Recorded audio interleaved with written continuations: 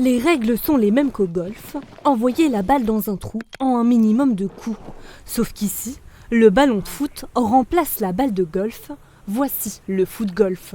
Il faut rester concentré tout le long du parcours et pas se perdre, pas se laisser distraire en cas de mauvais coups et se dire que la partie n'est pas finie jusqu'à la fin, quoi. Le golf d'Amnéville a accueilli le week-end dernier la 13e étape des championnats de France de foot-golf.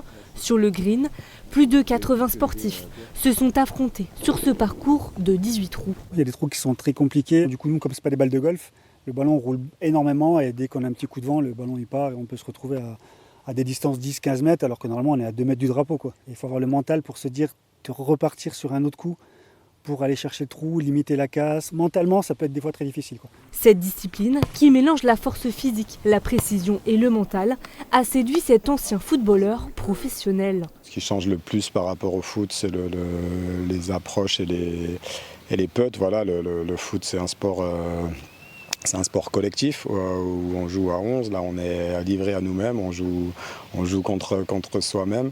Et c'est souvent, ça se joue beaucoup dans la tête. Le mental est très important au foot-golf. En terminant à la 2e et 3e place de cette étape, 2 joueurs de l'Amnéville Foot-Golf ont été qualifiés pour participer à la finale du championnat en décembre prochain en Turquie.